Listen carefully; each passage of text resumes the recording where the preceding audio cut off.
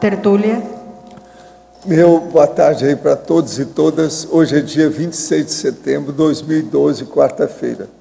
O verbete é de número 2429. Tem 7 páginas, 58 elogios e 17 máximos. Eu chamo a atenção para a divisão do detalhismo, que tem 13 máximos. O tema é biografema, a especialidade consciência ou metodologia. Quem redigiu o verbete com muita classe e está aí com uma alta assessoria é o professor Pedro. Esse é que número? 36. Você está quase atingindo a Adriana, ela está com 37. Está certo? Ela está ganhando com uma cabeça na frente. Agora, a definição. O biografema é o detalhe, minúcia, particularidade, unidade de medida conscienciométrica da história de vida de determinada personalidade, que é a biografologia, homem ou mulher, capaz de revelar, demonstrar, anatomizar e diagnosticar características evolutivas essenciais da consciência em foco, que é a intraconscienciologia.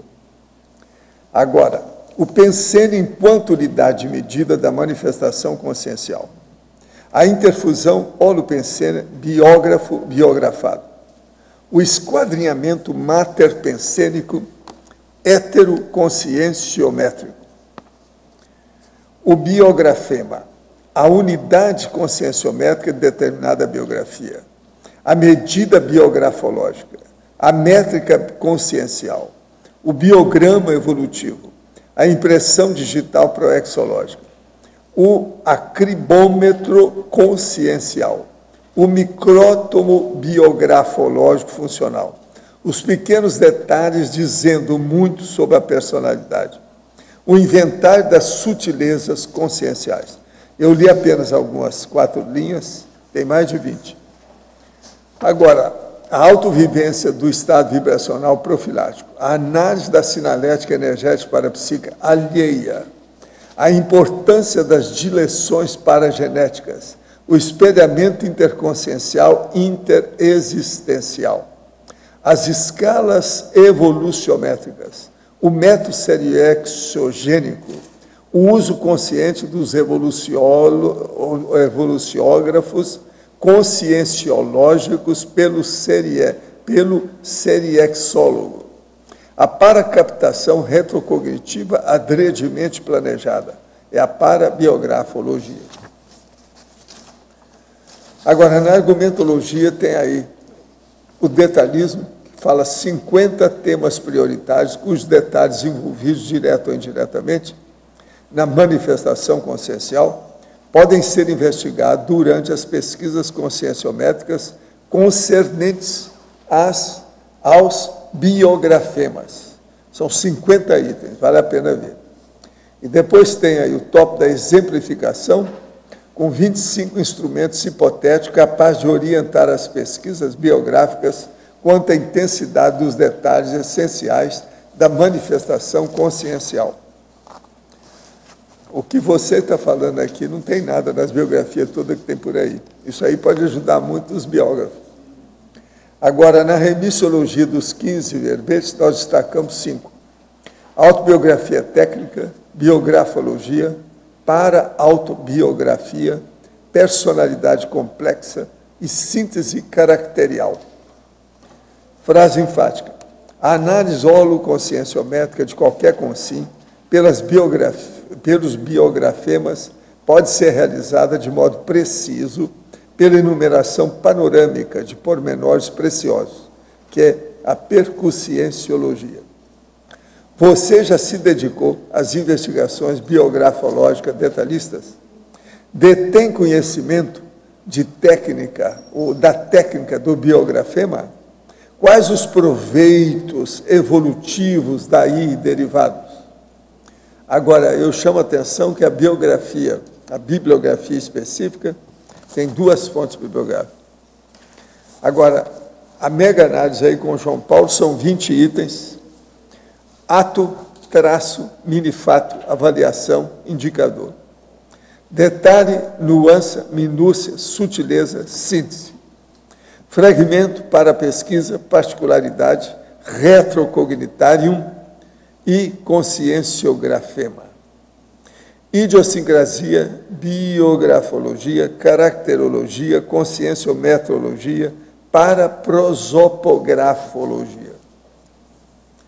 Agora, o verbete aí, hoje, do dicionário, é infiltraciologia, que eu chamo a atenção para a pessoa ver que tem exatamente 5 tópicos com listagens de coisa para a pessoa pensar.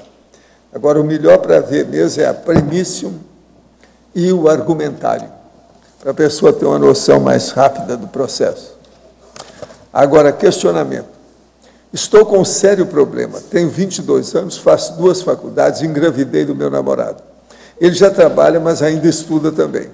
Nossa dúvida é se é o melhor momento para ter esse filho. O quanto isso vai mudar nossos planos e se temos realmente condições de criá-lo. Ainda não trabalho, estou apenas focada no estudo. Era para ter uma vida tranquila e aí sim, daqui uns anos ter filho.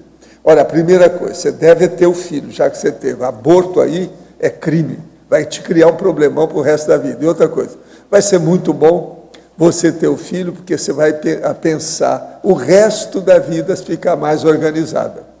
Quando a mulher tem uma gravidez imprevista e indesejada, a culpa em primeiro lugar é dela, não é do homem, é dela. O corpo é dela. Então, isso vai ser ótimo, você vai aprender a viver daqui para frente. Você é moça, tem muita coisa pela frente, 22 anos não é nada. Você está com 22% da aula, da vida só. A vida hoje é até 100 anos. Então, vai ser bom você ter uma criança. Vamos ver. Vamos em frente. Viva o filho. Agora, ó, ela está quase igual aquele caso do gatinho que eu achei que o Chico deu o nome de Salve. Esse aí eu estou fazendo salve. Sabe como é que é? Essa noite tive contato com uma concierge que me mostrou o momento de sua última vida. A aparência lembrou muito a de Carlos Mirabelli, o médium. Sei da possibilidade de ter conhecido ele na vida passada, mas não tenho certeza quanto a isso. O senhor sabe algo sobre o presente dele? Estará ressomado ou posso aceitar tal experiência como sendo legítima? Eu, pessoalmente, não posso dizer, não tenho competência, eu não sei a respeito dele. Muito embora eu tenho aí o material da biografia dele, é um dos maiores que eu já encontrei até hoje. Nós temos uma bibliografia enorme dele. Assisti ao curso avançado de TENEPS, ministrado pelo senhor, disponível no site Consciência Lúcida, pois eu quero dedicar-me aos processos da TENEPS. Contudo, estou um pouco intrigada quanto às 2 questões. A primeira é a questão das pendências que impedem a realização da TENEPS. A segunda é o conceito de capricho não satisfeito podendo ser utilizado por assediador para perturbar a consciência. O senhor poderia explicitar um pouco mais esse aspecto? A primeira coisa, quais são as pendências que impedem a realização da TENEPS? Por exemplo, a pessoa que fica bebendo álcool, o outro que fuma, isso tudo é pendência, tem que dar um jeito, tem que acabar com isso. A TENEPS exige mais. Outra coisa, andar de moto, isso é loucura. Se a pessoa anda de moto e vai praticar a TENEPS, o fim dela é triste. A gente já pode falar que o negócio, seu fim vai ser triste, tá certo? Fim triste. Agora aqui, a segunda, conceito de capricho não satisfeito podendo ser utilizado. Por exemplo, eu sempre falo, uma pessoa, por exemplo, que tem uma base italiana lá, parente lá do Arlindário. Então, ele sempre pensou em ir e visitar a Venécia, e nunca foi. Então, aquilo é um sonho dourado que está ele alimentando. O melhor é ele ir primeiro lá, resolver isso, para depois começar a TENEPS. Isso é para a gente ter uma ideia. Porque, senão, através daquele capricho não satisfeito, a pessoa vai ficar assediada. E os primeiros 6 meses são bravos. Se aparece assédio, tudo pode acontecer devido aos acidentes de percurso. Por isso, vamos levar a coisa mais a sério. Agora, ao verbetógrafo, em Citaciologia, página 1, de que modo poderia ser sintetizada a ideia de Roland Barthes? A ideia pode ser sintetizada, eu procurei justamente a partir dessa ideia, dessa citação, que eu me defrontei lendo um determinado livro, expandir justamente no verbete. O que ele quis dizer é que muitas vezes determinados detalhes da vida de uma personalidade podem refletir a inteireza dessa personalidade, podem, vamos dizer assim, ficar registrado. Por isso que ele coloca que essa distinção, a imobilidade, pudessem viajar sem destino. Então isso muitas vezes pode representar aquela consciência. Então, ao longo do verbete, a gente procurou trabalhar com essa ideia de múltiplos modos. Quando a gente coloca, por exemplo, da anti-estigmatização aí na fatologia ou parafatologia, é justamente para mostrar que, como a consciência ela é complexa, ela é poliédrica, às vezes a história estigmatiza a consciência sob um determinado rótulo, que está certo, é positivo, não necessariamente negativo, mas que a consciência tem outros trafores, outras características, outras manifestações que também podem representar aquela identidade, aquele mater pensene, aquela consciência em si. Então essa foi a nossa intenção aí. Página 1, segunda linha. Poderia ampliar o sentido de doxopensenidade e a relação com biografema? Sim, a doxopensenidade é quando você emite uma opinião, você emite um julgamento crítico, você faz uma, vamos dizer assim, ponderação, tem um posicionamento acerca de determinado assunto. E o processo de biografia, de modo geral, nada mais é do que alguém contando, baseado em fatos, a história da vida de uma outra personalidade. Então, por mais que a pessoa seja ou se atenha aos fatos, por mais que ela queira ser, mas assim, vamos dizer assim, científica, ela também vai colocar muito dela mesma enquanto autora.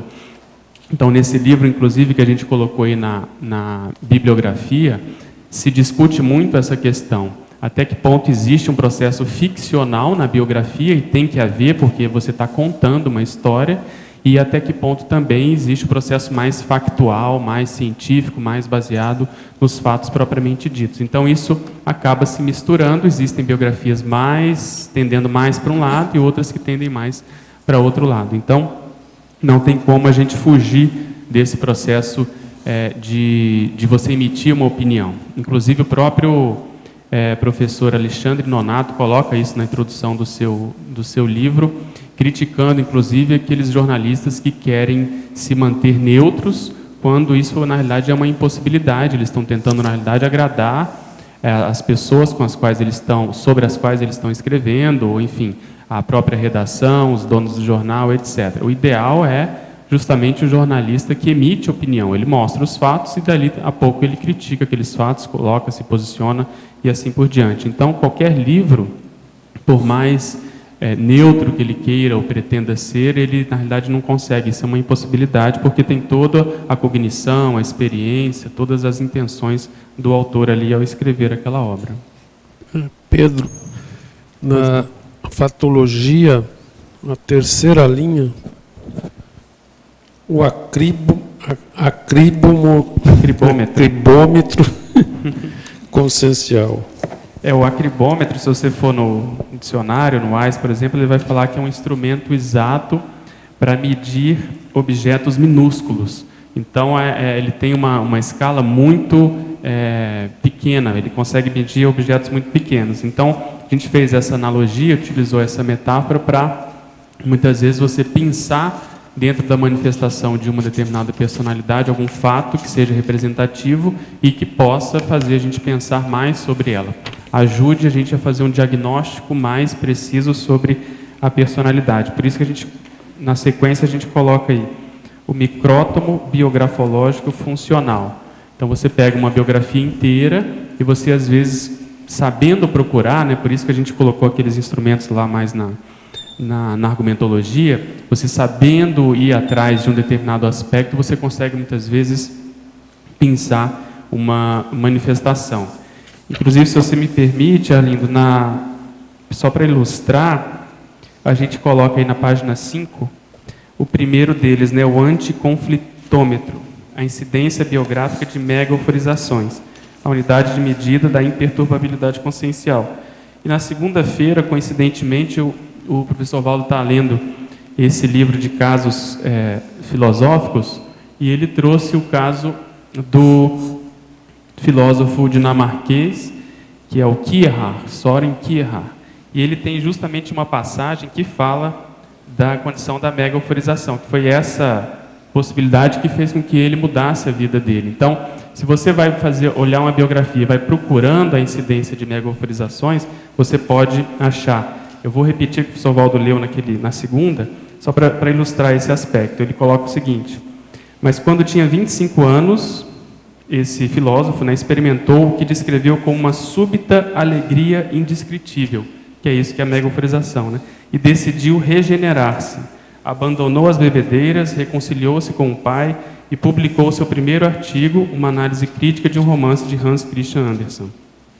Então você vê, aquele fato, ou melhor, aquele parafato acabou mudando a vida dessa personalidade e ela acabou se tornando conhecida e produzindo muitas coisas de grande valor, inclusive filosófico.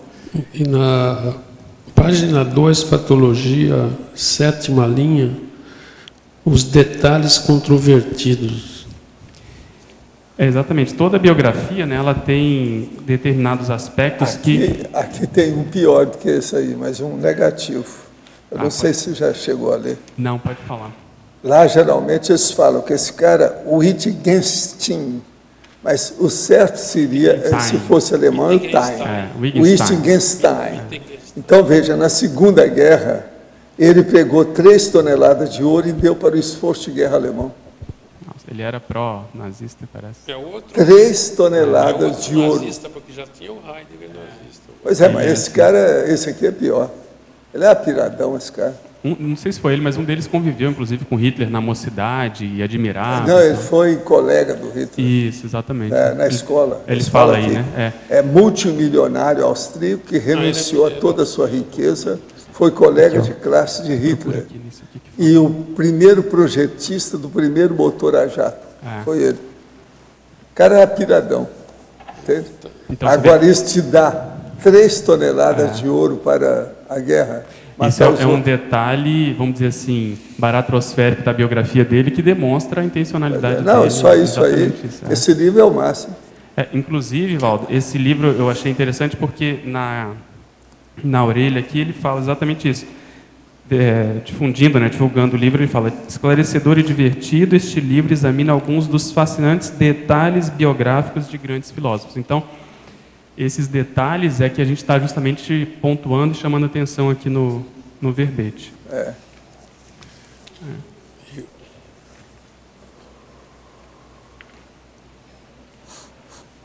Ali, eu perguntei já. Não, e aí ficou suspensa aquela pergunta. Dos detalhes controvertidos. Então, você veja, qualquer biografia, qualquer manifestação consciencial, você vai encontrar determinados posicionamentos que são francamente anticosmoéticos, aqueles francamente cosmoéticos e aqueles que, dependendo da avaliação, do contexto, da época, você vai ter dificuldade de classificar. É por isso, por exemplo, que, inclusive, outra sincronicidade que eu vi nesse verbete é que a gente comenta aí no final, a gente chama atenção para a importância do infiltrado cosmoético, porque muitas vezes a aparência ela vai enganar. Você vai avaliar uma biografia, mas aquela consciência vai estar num meio aparentemente patológico, né, patológico em si, mas ela está ali fazendo ou defendendo uma determinada função ou com uma determinada missão. E hoje de manhã que foi decidido trocar o verbete do professor Valdo e colocar esse da infiltraciologia. Então eu achei uma coincidência e eu vejo que é justamente para chamar atenção e saber avaliar, ou saber criticar, ou ter mais cuidado quando nós formos fazer essa avaliação das biografias. Então, esses detalhes controvertidos, aí vai ter que ser visto de cada caso. Ok, obrigado.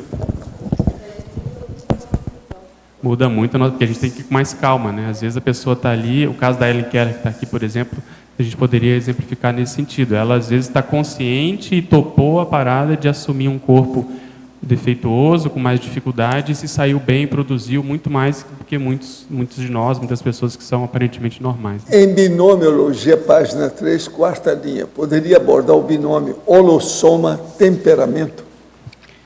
Sim, a nossa intenção aqui foi chamar atenção para esse aspecto que sempre a gente tem que levar em consideração, que a tendência é o holossoma espelhar o temperamento, espelhar a intraconsciencialidade, espelhar aquele mater pensene consciencial. Mas isso também a gente tem que ir com calma, devagar, porque um caso de infiltração, como a gente estava falando, é justamente do serenão reurbanizador que usou o macrosoma idiota. Então, se você fosse analisar só o holossoma, a tendência, né, é a gente achar que a consciência portadora daquele corpo seria também problemático, mas isso, como conduta exceção, é justamente ao contrário. Então, na hora que nós vamos avaliar uma biografia, a gente tem que ver como foi o cuidado com o holossoma que essa personalidade teve e se existem esses casos raros de infiltração cosmoética, principalmente esses casos que chamam muito atenção, né? A pessoa, apesar de tudo, contra, ela produziu muito. Então, isso às vezes levanta a bola para a gente poder pensar nisso.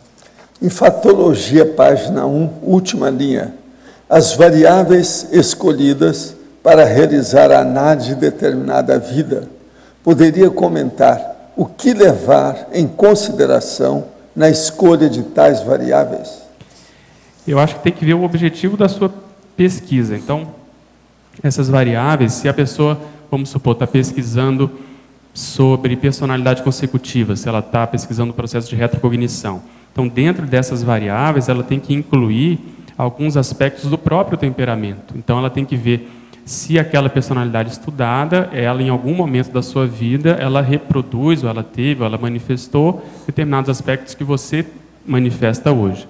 Mas, de modo geral, o que a gente se interessa também, assim, lato sensu, é procurar avaliar o nível evolutivo daquela consciência, daquela biografia, daquele biografado. Então, essas variáveis podem ser, por exemplo, as variáveis do conscienciograma. Você quer avaliar, vamos supor, o nível de parapsiquismo daquela consciência, o nível de empreendedorismo daquela consciência, o nível de liderança, o nível da produção escrita. E aí, um outro cuidado que tem que se ter, eu acho que eu coloco isso também aí ao longo do verbete, quando eu falo de evoluciógrafo, que é um termo do próprio professor Valdo usa na enciclopédia, é o seguinte: esses instrumentos, nós podemos fazer essa análise e ter uma noção se a pessoa foi bem ou não foi tão bem, mas, de modo geral, o mais difícil é a gente ter essa nota, ter, vamos dizer assim, tecer essa consideração, ter esse posicionamento. Isso é mais difícil porque a gente não tem o conhecimento da ficha daquela pessoa. Então, se a pessoa, às vezes no passado, produziu mais do que naquela vida que a gente acha que ela já produziu bem, então, para ela, a nota não seria tão boa no conscienciograma, entende? Então, se você for comparar, duas pessoas escreveram o mesmo livro, vamos supor, escreveram um tratado de filosofia. Às vezes, para uma personalidade, aquilo vai render mais, porque aquilo para ela foi mais difícil, foi mais desafiador, do que para outra que já produziu muito mais no passado. Então, tudo isso é relativo e tem que se tentar adequar na medida daquela história, daquela personalidade, o que é a nossa grande limitação, né? O Wittgenstein era um homossexual ativo, porém coberto de culpa, que considerava seu comportamento uma espécie de fraqueza e passou grande parte da vida tentando suprimir a natureza sexual ou escapar dela. Seus biólogos trabalharam com afinco, mas derradeiramente em vão, para ocultar esse fato em favor dele. Terrível, né? Mas é isso que eu estou sabendo há muito tempo. Agora esse homem está bom porque ele está falando todo que eu já conhecia. Agora aqui, Sinergismologia, página 2, segunda linha. O sinergismo holobiográfico parapatológico, nódulo holomnemônico, estigma paragenético. Sim, isso é uma possibilidade que pode acontecer. São dois verbetes da conscienciologia, se quiser aprofundar nos conceitos. Mas nódulo holomnemônico é aquela vivência do passado que ficou mal parada. Então, a memória, ela tenta fazer a compreensão, a digestão daquele fato, mas em função do contexto emocional, muitas vezes não consegue. Então, é comum que nas próximas vidas aquilo venha como um sonho recorrente, ou uma retrocognição que não se esclarece, e a pessoa fica voltando naquele assunto o tempo todo. Dependendo do trauma vivenciado no passado, isso pode acabar abalando o holossoma numa próxima existência. Então, esses estigmas paragenéticos, muitas vezes, são fruto justamente desses traumas do passado, que não foram bem metabolizados ou parametabolizados pela consciência e acabam se refletindo no novo corpo físico. Então, muitas malformações, muitas dificuldades somáticas podem ser explicadas a partir disso. A própria consciência, ela acaba, mesmo que instintivamente, produzindo um corpo com defeito em função do fato da paragenética já ter aquela condição, aquela dificuldade maior. Em Parafatologia, página 2, segunda linha. As evocações holopensênicas e interconscienciais inevitáveis. Gostaria que desse algum exemplo sobre isso. Eu acho que qualquer análise, quando você vai entrar mais a fundo na biografia de uma personalidade, você vai estar fazendo essa evocação. E aí pode acontecer de tudo. Para citar um exemplo prático, o professor Valdo cita vários casos quando estava escrevendo Projeciologia, teve que estudar algumas personalidades que tinham essa capacidade de sair do corpo e muitas estavam disponíveis e acabaram se apresentando para ele fora do corpo. Então, eu quis chamar a atenção para esse fato de, no momento em que a gente vai adentrar, né, o holopensene ou materpensene de uma outra personalidade, principalmente do passado, a gente tem que lembrar das evocações e tem que ter a cosmoética para justamente poder, se for o caso, ajudar, contribuir para a evolução dessa personalidade e também ser ajudado por ela, se for o caso, se justamente isso for possível, né, e viável dentro dessa condição. A gente chama a atenção, tem um pouco a ver sobre esse assunto da paracaptação retrocognitiva, que é quando você muitas vezes vai ler a obra de um determinado escritor e você acaba tendo a retrocognição dele, ou seja, uma vivência que está na memória daquela personalidade por algum motivo, seja por uma convivência, seja por algum fato mais próximo, você acaba evocando também aquele próprio fato, aquela própria memória. Então, tudo isso pode acontecer e, vamos dizer, a síntese é a gente não esquecer do parapsiquismo na hora que nós formos mexer com biografia, principalmente o processo de autodefesa energética. Pedro, aqui no D, essa questão da cosmoética que você comentou, é o que você quis dizer aqui na estrangeirismologia, o acid test da cosmoética alheia? Isso, exatamente. Porque, como eu falei, às vezes vão ter fatos, como esse que o professor Val estava lendo, que a gente vai ver que é claramente anticosmoético, né? Então, você pode pegar como se fosse esse cosmoeticômetro, vamos supor, um termômetro da cosmoética e aplicar naquela biografia, você vai ter uma noção, olhando só o aspecto da cosmoética, se aquela personalidade, né, ela está mais que 51% ou ela ficou devendo nesse quesito. Nesse livro desses casos aí filosóficos, tem muitas passagens que você vê, e é um dos objetivos do autor, é demonstrar que os grandes filósofos, eles são personalidades comuns. E ele quer definir justamente isso, que a filosofia é para ser assim, para a gente não endeusar muito essas personalidades. Por exemplo, ele conta que tem um deles que achava o máximo pegar a mosca e colocar na teia da aranha para ver as duas brigando ali. Ele se divertia com isso. Então, você vê que tem um traço de uma certa perversão de fazer isso espontaneamente. O Schopenhauer também ele comentou, ele escreve aí que ele tinha duas vizinhas discutindo no hall ali da casa dele, da porta da casa, ele pediu para elas saírem, elas não saíram, ele pegou a bengala dele lá e acabou empurrando, a mulher caiu, escada abaixo, e ele teve que pagar quase que a vida inteira uma pensão para ela em função do acidente que houve. Então você vê que, sabe, em termos de cosmoética... O Wittgenstein bateu numa criança tanto na escola que ela perdeu a consciência. Aí eles mandaram ele passear da escola. Nossa. E é um dos grandes filósofos, pois é. Piradão esse. Com os réus. Eles falam tanto dele, mas não gostam de falar nada disso. Exatamente. Vocês já viram que eu não falo muito desse cara aqui. Não. Ele é apiradão.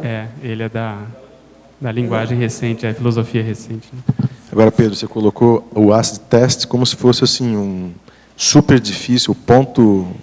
Você vai colocar em xeque a cosmoética daquela personalidade.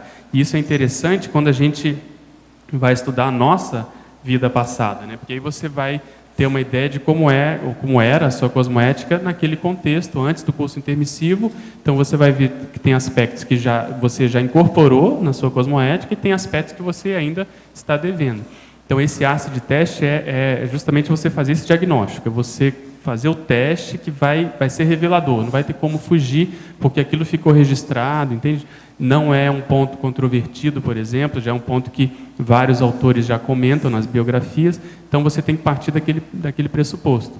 Então eu coloquei essa expressão ácido de teste nesse sentido, de que vai ser revelador, não vai ter jeito de como escapar, a gente vai ter que assumir que aquilo realmente foi daquele modo e paciência. Aí se for a nossa própria biografia, né, a suspeita, vamos tentar caminhar para melhorar isso. Se for de outra personalidade, a gente já diminuiria a nota dela, por exemplo, no conscienciograma. Então, o bacana que eu acho desse raciocínio é mostrar que a consciência realmente ela é muito complexa, né, muito polivalente, muito multifacetada, e que tem personalidades que são geniais num aspecto e em outros aspectos elas ficam devendo. O capítulo sobre Rousseau, por exemplo, você faz pensar, porque Rousseau é fora de série, é considerado, né, gênio em várias áreas, mas tem comportamentos muito infantis naquela época, muito emocionalmente, que deixam a desejar. E o mais interessante, que eu acho que aí vem a maturidade dele, que ele reconhece, e ele mesmo falou no seu livro Confissões, de muitos desses trafares, desses desvios, dessas ectopias, reconhecendo que aquilo tudo foi negativo, entende? Então, acho que isso faz a gente ponderar muito sobre o processo evolutivo de modo geral. E essa vida, como ela é mais séria, a gente está tendo a oportunidade de tentar levar essas variáveis mais assim de uníssono, né, mais de roldão. E eu sintetizo, acho que eu coloquei isso aí também em algum momento, acho que no binômio, que é você analisar a produção. Na realidade, tem a expressão aqui da coloquiologia, que é isso que eu quero falar, avaliação da vidobra consciencial. É uma expressão que eles usam nesses livros de biografia, que para você analisar, avaliar uma personalidade, uma biografia, você vai ver a vida daquela pessoa e a obra dela. Então não tem como você, vamos dizer assim, desunir essas duas realidades.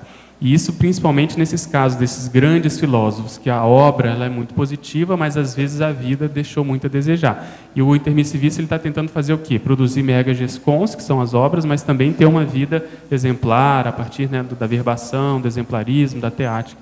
Então acho que essa é uma das sínteses aí do verbete. Oi, Pedro. Na página 2, fatologia, no final da terceira linha você colocou o vocabulário empregado pela consciência cobaia. Você pode ampliar? Sim, a ideia foi chamar a atenção que muitas vezes, se você tem acesso a algum diálogo, alguma carta, algum material que possa ilustrar como que essa personalidade se manifestava no seu vocabulário, no seu coloquialismo, no seu linguajar, você pode, a partir daí, ter mais elementos sobre o nível de influência que a cultura exercia, sobre a possível paragenética de outras áreas de manifestação, o nível de erudição dessa personalidade, inclui aí o próprio poliglotismo. E expandindo um pouco essa ideia, já foi comentado aqui também na tertúlia, que às vezes um biografema que ilustra essa condição são as citações. Então, às vezes a pessoa formulou uma frase ou escreveu uma frase, um provérbio, um ditado, e ali aquilo acabou estigmatizando a própria personalidade. Esse livro também já foi comentado aqui na tertúlia, A História do Mundo em 50 Frases, e demonstra bem isso. Então ele pegou 50 frases, que seriam aí no caso esses biografemas, que são elementos, né, síntese da vida de uma pessoa, mas que ficaram registrados na história, e ele contextualiza o porquê daquelas frases. Existem frases que muitas vezes a própria pessoa, a personalidade que é atribuída a ela, não falou aquilo, mas como se encaixa muito bem no temperamento, acabou ficando vinculado uma coisa com a outra. Eu li aqui recentemente a frase da Maria Antonieta, que fala, né, se eles não têm pão, por que não comem brioche? Né? Então isso, tudo indica que ela não falou isso, mas pela personalidade, vamos dizer assim, superficial, fútil e, vamos dizer assim, interesseira até certo ponto, caiu bem e acabou colando. E pelas investigações que eles fizeram, se considera que eles tiraram essa frase, na realidade, desse livro das Confissões do Rousseau, que ele cita uma princesa muito anterior que também tinha essa personalidade e que teria dito isso. E como Rousseau acabou influenciando a Revolução Francesa de modo geral, havia, vamos dizer assim, no imaginário daquela época, esses livros, a influência dele, e eles acabaram tomando essa frase e colocando na boca da Maria Antonieta, que acabou pagando o pato ali, literalmente. Então você vê que muitas vezes a personalidade, o Mater Pensene, ele acaba, vamos dizer assim, sendo utilizado em função, muitas vezes, de determinadas manifestações que a pessoa teve e outras que ela não teve, mas que poderia ter tido, e que aquilo caiu na boca do povo, né, fez fama, deita na cama, e ela acabou, enfim, sendo conhecida ou ficando registrada a partir disso. Mais então, uma com o rabo preso, mais uma do Rousseau para vir resgatar, né? Não sei, aí eu não sei o nível disso, né, mas a gente vê que ele teve um papel muito grande na Revolução Francesa. Eu achei engraçada essa menção, né, que fizeram. Pedro, em parafatologia, na primeira linha, a análise da sinalética energética e parapsíquica alheia, e na quinta linha, a papiloscopia parapsíquica interconsciencial. Você podia explorar mais isso e, se possível, trazer algum exemplo seu de vivência nesse sentido? Sim, a ideia aqui da sinalética foi você chamar atenção para esse fato de você poder olhar uma biografia e, muitas vezes, a manifestação daquela personalidade, o modo como ela deixou registrado, como que ela tinha insights, como que ela se sentia, essa própria mega-euforização que a gente citou aqui do filósofo dinamarquês, isso tudo são sinaléticas. Então, é como se fosse o óculos que você vai colocar para olhar aquela biografia, né? Para ler aquela biografia ou estudar, enfim, aquela personalidade. Então, não vai estar escrito ali que é uma sinalética, né, daquela personalidade, principalmente aquelas que não eram tão parapsíquicas.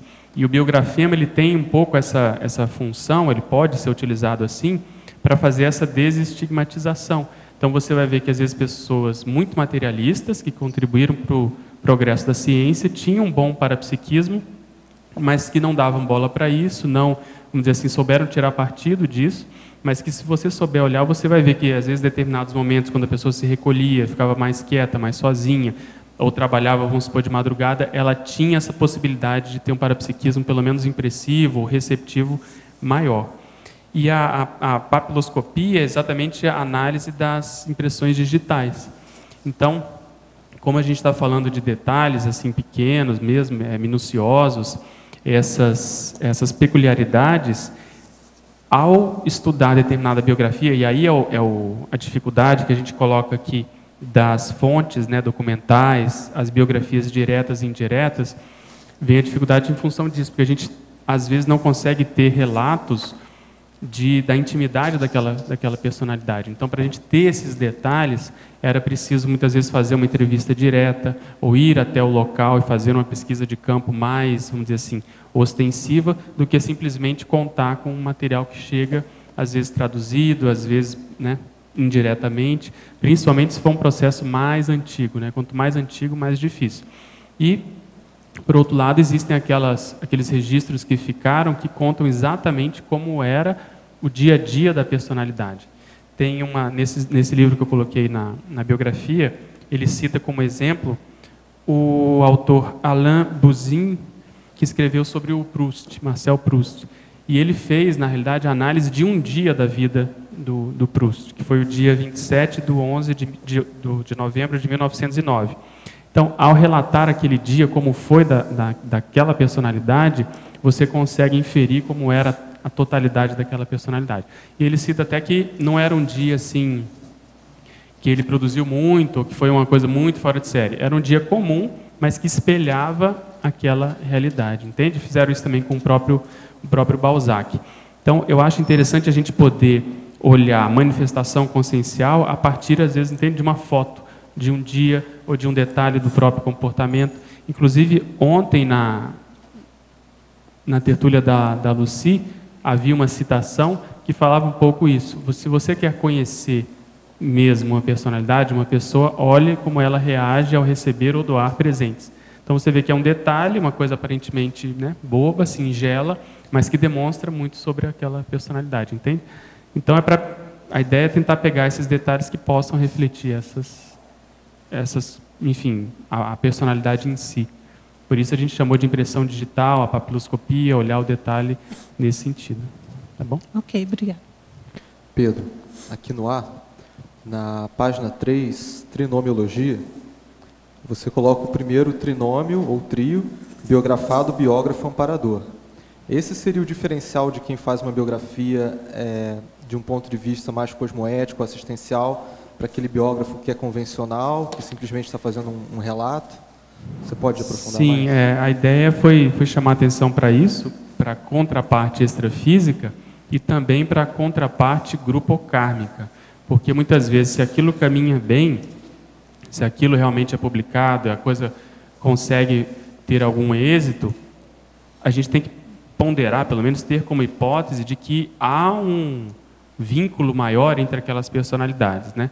Então, na hora que o Alexandre Nonato publica um livro sobre o JK, do jeito que ele fez, com, vamos dizer, o nível de detalhismo, com a abordagem conscienciológica, conscienciométrica, parapsíquica e evolutiva, é da gente se perguntar qual o papel dele naquela, vamos dizer assim, na construção de Brasília, no processo político recente do nosso país. Então, onde será que ele estava naquele momento? Será que ele era com SEC? Será que ele era com SIM? Entende? Porque ele deve ter tido, e a prova é o livro, a qualidade do livro, muito amparo para produzir aquela GESCOM. Entende? Então, o que está por trás disso em termos grupocármicos? É isso que a gente quis chamar a atenção também. Pedro, na página 2, em teoriologia, na terceira linha, a teoria dos 7 Cs. O que é essa teoria?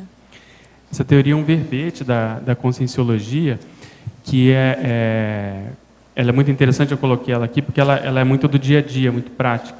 Então, 7 Cs, o que é? A casa, a comida, o currículo, companhia, entende? Condução. Então, são aspectos, a carreira, são aspectos da nossa vida que, se você pensar um deles, você vai poder também ter um diagnóstico daquela personalidade. Então, tem muitas dessas personalidades famosas que, no dia a dia, eram intragáveis, por exemplo, davam chute nos bichinhos, no gato, maltratavam as esposas. É o caso do prêmio Nobel, que como se diz, agora fugiu a palavra, pedófilo, entende? Então, você vê que há uma distinção, há um gap, há um fosso, um abismo muito grande entre as manifestações. E essa abordagem mais prática do dia a dia traz essa análise para a gente fazer, entende?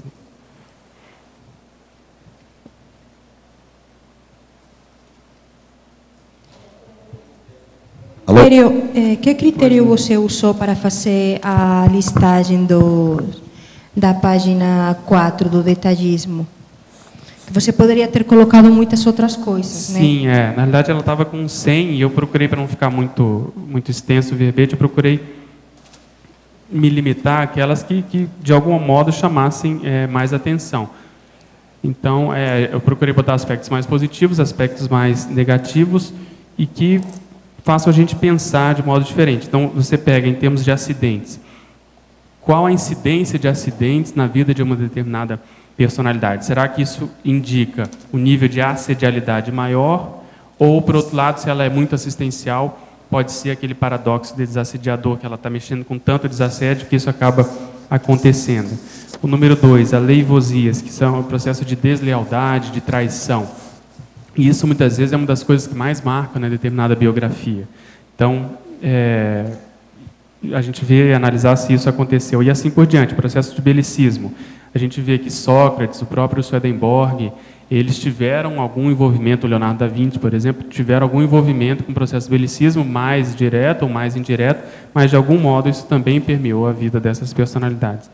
Então foi nesse sentido que a gente procurou trazer isso à tona. Por exemplo, o número 6, bibliologia. Tem um aspecto que, se a gente for analisar a vida do professor Valdo, que ele cita muito, o fato de ele ter deixado, acho que 22 anos, os livros lá em Uberaba, com alguém cuidando, para ele justamente poder recuperar isso posteriormente. Isso é um aspecto, é um detalhe, às vezes pequeno, mas que revela muito do mater pensene bibliológico do próprio professor Valdo. Então, esses aspectos é que a gente quis chamar a atenção. A mesma coisa a economia, né? Tem dessas personalidades que a gente estuda que tem dificuldade de lidar com dinheiro, e assim a gente poderia falar. O Pedro, o 29, a montaria é montar a cavalo?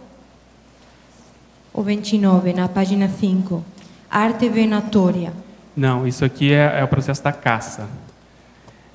No caso, a montaria para realizar a caça. Então, a arte venatória que quis chamar a atenção era muito comum na aristocracia, né? Ainda é até hoje, mas no passado era mais comum, isso ser tido como um hobby, né? Principalmente o pessoal da monarquia, da aristocracia, sair para fazer a caça, seja com os cavalos e com os cachorros, para, enfim, fazer essa condição. Então, se você vê a incidência disso numa personalidade, você vê que às vezes a pessoa descobriu, vamos supor, uma teoria, fez um instrumento, teve uma invenção fora de série. Mas se há isso na biografia, você vê que a cosmoética dela não é essas coisas, né? Porque ela é muito díspare você ter isso na sua história, principalmente na história mais recente. O processo do monarquismo, que mexe aí com suas pesquisas. Isso, exatamente. É dupla anticosmoética, né? Isso, exatamente. Monta o cavalo para fazer um mal ainda maior. Então, você está usando duas condições negativas. Gostaria de um conselho de que modo podemos evitar as distorções de cognição e ter uma mente higienizada. Estão me perguntando, você quer responder? Seria interessante. Eu acho que vale a pena você investir em aspectos que trabalhem muito com o mental soma. Então, as leituras técnicas, a reflexão, o debate ou o diálogo mais produtivo sobre determinados assuntos mais evoluídos, trabalhar com as energias, principalmente nessa parte da cabeça, ajuda a desintoxicar, e principalmente também fazer higiene consciencial, né? Não deixar se poluir pelo processo moderno. Tenho 27 anos e sou corretor de imóveis. Estudo, trabalho diariamente das 8 às 22 e chego em casa cansado. Tenho dívida que estão sendo pagas de empresa ainda aberta, de reformas e construção. Estou também superando o término de relacionamento patológico e meu porão, raramente bebo ou fumo cannabis. Raramente. Faço o CPC e farei o SCP-1. Moro sozinho, o que gera custo alto. Por isso estou pensando em voltar a morar com minha mãe, para ter mais dinheiro para pagar as dívidas. O que o senhor poderia me dizer sobre isso? Vai lá, volta para a mamãe, fica lá uma temporada, a hora que você puder, cai fora, para não ficar com a síndrome do canguru. Mas é uma saída, sua vida está muito enrolada. Agora, que tal você se organizar melhor para não se enrolar como um próximo capítulo? Evitar o rolo. Quer dizer, disciplinar um pouco a vida, isso é que seria bom.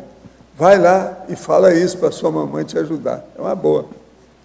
Tenho um problema físico e, com isso, dificuldade para caminhar. Faz um mês, mais ou menos, comecei a sentir muita dor nas pernas, o que está me impossibilitando muito de me locomover. Isso pode ser influência de alguma consciência ou consciência? Mas seria bom examinar bem pela medicina. Que tal um check-up geral para ver o que é isso? Isso aí, quando é perna, se o processo é mesmo algum problema neurológico ou de circulação. Coluna, né? Alguma coisa da coluna, algum sentido. Tem que examinar isso aí com calma. 3 perguntinhas aqui, por gentileza, com léxicas. A primeira seria na parafatologia, na 8ª linha, explicar o que significa o palimpsesto paragenético. Sim. E depois, eu não sei vamos por etapas. Por etapas. Como diria o nosso amigo. O ato de saber inferir e aferir os indícios do palimpsesto paragenético. Esse palimpsesto, um verbete que eu escrevi com essa ideia, né? Palimpsesto consciencial, mas é a mesma ideia, que é justamente você saber o que está por trás, né? O palimpsesto era aquele documento que era raspado para ser escrito por cima e muitas vezes você conseguia descobrir, através de técnicas, o que foi escrito primeiro.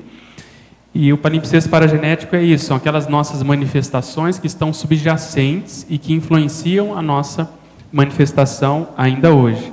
Então, no momento em que nós vamos fazer a avaliação de uma biografia, principalmente do período da infância daquela biografia, às vezes você consegue inferir aquela paragenética. Se você consegue descobrir as ideias inatas, por exemplo, as precocidades, determinados trafores que se mostram de modo assim muito contundente. Então, tudo isso está ali por trás e é tão forte que consegue, apesar do novo corpo, apesar da nova genética e de uma mesologia às vezes não favorável, ele consegue se expressar e ajudar aquela personalidade. Então, é uma outra variável que, pelo menos, eu procuro ter sempre em mente para ver o que estava por trás, qual foi a trajetória daquela personalidade biografada, né? A outra questão, eu ia perguntar sobre a volataria no item 47 do detalhismo, mas como você já explicou mais ou menos, vocês têm mais algum detalhe com relação a esse item? É a mesma ideia, né, da arte venatória, tem que ver o processo do motivo, por que era utilizado essa condição da falcoaria no passado, na aristocracia também era muito comum. Você vê o caso do Paulo Coelho, né? Ele até hoje ele tem esse hábito, esse hobby de mexer com isso. Então, dentro da biografia dele é um aspecto, é um detalhe, aparentemente que passa batido, mas que deve revelar muito, ou revela muito, sobre o próprio passado dele nesse meio, nessa condição toda da monarquia. Tá, a última questão é na página 5, no item 5 da exemplificação. Queria que eu explicasse melhor a unidade de medida da ortótese ou ortótese, eu não... É o item 6, né? Então, a gente estava comentando desse cosmoeticômetro. O ortótese, na realidade, é um conceito, é um verbete do professor Valdo, que nada mais é do que a junção que a gente possa fazer, a proposta é essa, da manifestação cosmoética máxima. Então, tanto do ponto de vista da ortopensenidade, quanto também do ponto de vista da manifestação prática, em termos de exemplarismo. Então, é como se fosse essa síntese, você conseguir ser cosmoético na sua manifestação integral. Então, como nós comentamos aí a partir de alguns exemplos, você pode tentar avaliar isso nas biografias. Até que ponto essa pessoa era incorruptível? Quando a coisa apertava, por exemplo, o que a pessoa fazia? Ela apelava, por exemplo, era muito comum a pessoa às vezes apelar para a monarquia, ela cedia em determinados valores para ela ser sustentada por determinada personalidade que às vezes não era tão cosmoética assim, vai depender de cada caso, tem que ser avaliado. Mas é um viés, é uma variável que eu acho que ela é prioritária para a gente poder avaliar. E o que eu, extrapolando, né, o que eu penso é que a gente deve ter feito isso antes de ressomar na intermissão, ao avaliar algumas retrovidas nossas, ao ir, por exemplo, na parapsicoteca e ver os erros maiores das pessoas com o processo da intrafisicalidade. É muito comum a gente avaliar, como foi aqui na primeira pergunta, a gente, ao avaliar isso, vê que determinadas causas desses erros nada mais são do que aquilo que envolve o processo humano. Então, o processo de, às vezes, amor, o processo de emoção, o processo de sexo, a condição do prestígio, do poder. Então, ao não saber lidar com isso, às vezes a gente errou mais na cosmoética. Tem um caso interessante, até eu trouxe um filme da Maria Montessori, vou passar para o professor Valdo. Eu não conhecia muita coisa sobre a vida dessa italiana, né? E era interessante a gente avaliar porque ela foi a primeira médica formada na Itália, a primeira mulher a ser formada como médica na Itália. Ao longo da sua trajetória, na sua trajetória acadêmica, ela foi se interessando pelo processo da psiquiatria, e principalmente pela psiquiatria infantil. Foi assistente de um professor, foi seu preceptor, e ela fez um trabalho fora de série ao justamente comprovar que as crianças que tinham, teoricamente, algum distúrbio mental, alguma patologia mental, alguma psicopatologia, elas conseguiam ler, escrever, enfim, conseguiam aprender, e às vezes até melhor do que as crianças ditas normais dos colégios convencionais. Então isso fez com que ela ganhasse muita notoriedade, e ela foi expandindo o seu trabalho. Mas aí o que aconteceu? Ela acabou se apaixonando por esse preceptor, foram para a cama, acabou tendo um filho, só que dentro do contexto da época ela não podia assumir aquela gravidez, em função, porque eles teriam que casar, porque se não casasse todo mundo ia vir contra ela. Ela já era muito, no início foi muito difícil para ela, porque ela era a única mulher da história da faculdade toda, teve muito preconceito. Então eles resolveram esconder essa gravidez. No momento em que ela foi ter o filho, ela foi para uma cidade próxima, um local próximo, e ela voltou porque foi justamente no momento em que ela tinha que levar as crianças dela para fazer o teste, para comprovar que as crianças justamente sabiam ler e escrever. Então ela não podia, vamos dizer assim, revelar aquele filho naquele momento, porque inclusive ia expor toda a trajetória acadêmica do professor. Mas passado esse momento, para a surpresa dela, a criança nasceu, a família desse preceptor era muito influente, tinha muito poder, a mãe, principalmente, você vê o papel, vamos dizer assim, maquiavélico da mãe desse preceptor. O que eles resolveram fazer? Resolveram tirar esse filho dela, colocar para uma família cuidar, e ela não assumia essa criança. Então ele deu até o sobrenome dele para essa criança, e ela foi, depois de muita insistência, ela conseguiu assistir essa criança distante. Ela ia lá, via a criança, como se fosse um processo até profissional, tudo escondido. Ela não pôde assumir a maternidade na época, e praticamente viu essa criança crescer. Então você veja o paradoxo, ela foi a maior defensora do processo da infância, do processo da educação, e nos bastidores, na intimidade, ela não pôde defender o próprio filho.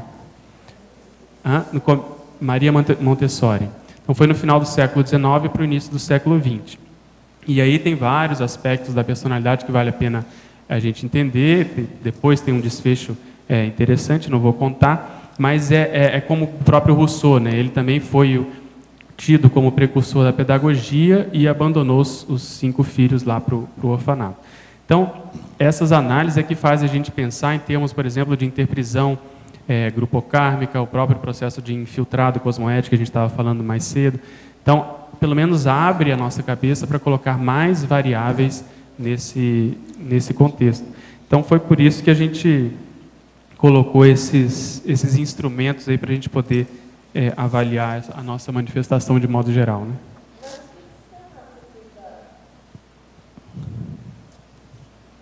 Que análise você fez da infiltração com ela, que você está fazendo aí? Não sei se é uma infiltração. Eu sei que os fatos concorreram para que ela, vamos dizer, tivesse que se posicionar, e ela foi cedendo, porque ela confiava muito nesse preceptor, só que no final ele vamos dizer assim, ele foi mais pusilânime, ele não bancou a mãe, ele não bancou a sociedade, ele não bancou o amor que ele tinha por ela, e quem pagou o pato foi ela e o próprio filho. Então, você veja o paradoxo, ela defendendo tantas crianças, e o dela, ela não conseguiu dar uma educação que ela gostaria. Foi uma família mais pobre, né, sem tantas condições, que acabou criando essa criança. E o processo só vai se revelar mais lá na frente, né? Posso já continuar, já que estou? O que você faz com isso? Você faz uma tabelinha? Como é que você faz isso? Tanto aqui nos temas, sim, quanto nos instrumentos. Aquelas personalidades que eu tenho interesse, eu vou registrando esses aspectos que eu considero mais, vamos dizer assim, reveladores daquela consciência. Seja o processo mais negativo, né, anticosmoético, seja mais positivo. Então, na prática, você, ao entrar a fazer uma análise, inclusive até entre nós aqui, no próprio Consim Cobaia, você aumentar o número de variáveis para evitar aquele apriorismo, aquela estigmatização, né, aquele raciocínio às vezes muito rápido, porque devem ter outras variáveis, enfim, concorrendo para aquela manifestação ali. E aqui no caso da infiltração, você acha que entraria onde? É um tema mais, ou vai colocar um infiltômetro aí da vida?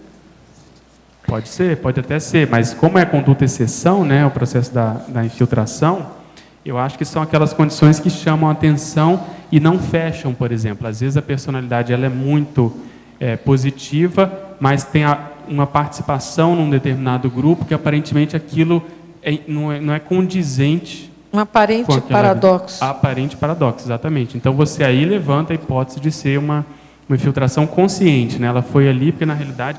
E outra coisa, tem que ver o depois, né? Os after effects ali. O que deu? Qual foi o resultado? Melhorou? Aquele grupo foi encaminhado? O que aconteceu para a gente poder pensar nessa condição? Mas, por exemplo, o Walter tem falado que a gente pode ter várias infiltrações inconscientes. Sim, então, esse pessoal pode ter tido também várias, e isso pode ajudar também a delinear alguma coisa, não? Pode, as mas aí vamos dizer, o valor, mas o valor que a gente vai atribuir é menor, porque é inconsciente, aquilo acabou acontecendo, a pessoa foi tangida, tudo bem. Mas o mais, vamos dizer assim, avançado é quando é de caso pensado. Não, sim, mas não deixa de ser um dado, né, para você descobrir onde é que estavam os rabos. O cuidado é a gente também não considerar tudo infiltração, né? Tá. Porque senão, aí acho que barateia um pouco a ideia. Foi para lá, é uma infiltração. Não. Tem que ver se foi em função de uma interprisão grupocármica que puxou a pessoa, ela está por baixo naquela condição, ela deve muito àquele grupo, ou não, ela já não deve tanto, já tem mais, vamos dizer assim, crédito, ela pode voltar àquele grupo para poder assistir. Então, esse parâmetro pôs interprisão aqui, não, né? Isso você não avalia, não, né? Não, porque é bem guarda-chuva, né? Eu botei aqui, tentei dissecar a interprisão em vários aspectos. Outra coisa, tá. Entendi. Pedro aqui. Pois não. Pedro, ali na citaciologia eu fiquei com uma curiosidade. O biografemas é uma palavra comum aí nos seus estudos sobre biografias. Ele aparece muito, ou você pensou um termo cunhado pelo Roland Barthes aqui? É a segunda opção. Pelo que eu vi, de tudo que eu li, ele criou esse neologismo. Por quê? Na etimologia, aqui não foi bem, vamos dizer, exemplificado na etimologia, mas se você for ver no Wise, esse sufixo ema, ele veio muito da linguística mesmo. Então, quando a gente fala em lexema, morfema e sema, eles consideram que esse sufixo é a unidade mínima a que se chega pela análise. Então, você vai dissecando e você tem aquela unidade mínima. Então, com isso, o que ele quis dizer? Como ele era um semiólogo também, ele quis chamar a atenção exatamente para isso. Se a gente fosse dissecando a biografia de uma personalidade, chegava nessa unidade e ela poderia ser representativa do todo. Então, é nesse sentido. Na realidade, eu só achei nesse livro que eu citei, por isso que eu fiz questão de citar, né, o livro da bibliografia. Em outros livros, eu tenho outros livros de biografia, inclusive de gente brasileira, autores brasileiros, e não citam isso. Só mais um detalhe ali na proverbiologia. O que quer dizer aquele ali, ab ungeus leo? A ideia é a mesma daquele ex dígito giga, que é do dedo o gigante, ou seja, através do dedo você pode saber o gigante. E aqui é através da pata ou da unha você consegue saber o leão. Então, se você vê só a pata do bicho, você sabe que ali por trás tem um leão. É a mesma ideia. E como é que você trabalha, Pedro, com a proverbiologia quando você está redigindo o verbete? Você já vem na sua cabeça, já tem um dicionário cerebral desses provérbios, ou você busca ativamente um que se encaixe no verbete? As duas coisas. As duas. Mas normalmente é quando eu já li em algum lugar e eu sei que existe, aí eu vou atrás. Tá. Dificilmente eu procuro especificamente para aquele verbete. Só se eu já... Tem cara que é mais do que isso aqui. Notei que o verbetógrafo, apesar de ser médico, tem conhecimento de temas de pesquisa histórica. O verbetógrafo se lembra de alguma ressoma ligada a esse processo? Poderia aprofundar? Agora com Sincobaia, né? Mudou tudo. Não, a questão é a seguinte, eu tenho a hipótese de uma personalidade do século XIX, o professor Walter tem me ajudado muito nesse aspecto, e ele trabalhou muito com a questão... Eu falei isso para ele há muitos anos, besteira. Ele foi o cara aí que eu estive ajudando. E ele tem essa condição de ter Bom, trabalhado muito com a história. O cara é história. conhecidão. O problema todo é esse. Um grande cara. Eu acho que ele está melhor agora. Melhorou. Em alguns aspectos, sim. Outros eu estou devendo melhorou bastante. Né? Entende? Mas a síntese é essa, que acho que tem a ver, sim. Em trinomiologia, página 3, final da primeira linha, poderia detalhar o trinômio, admiração traforística, discordância trafarística, convívio cosmoético?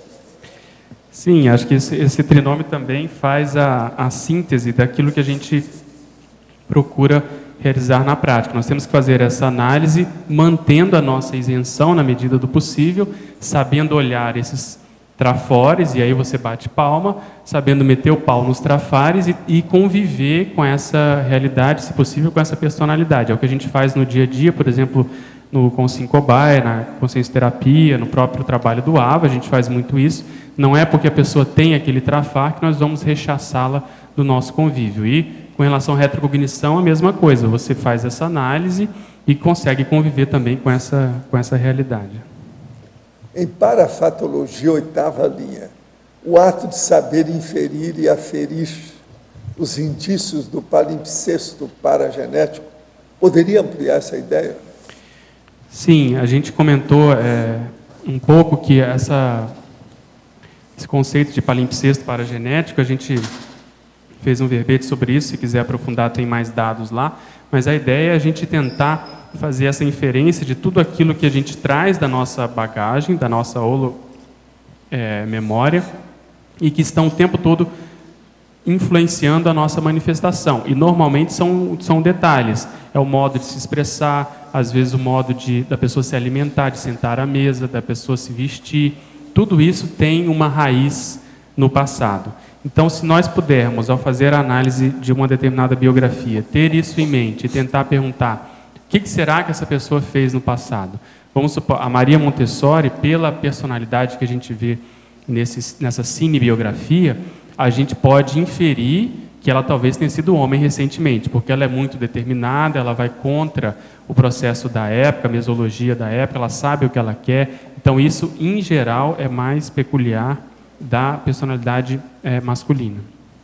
Em parafatologia, 4ª linha, poderia comentar a paracaptação retrocognitiva adredemente planejada. É a parabiografologia.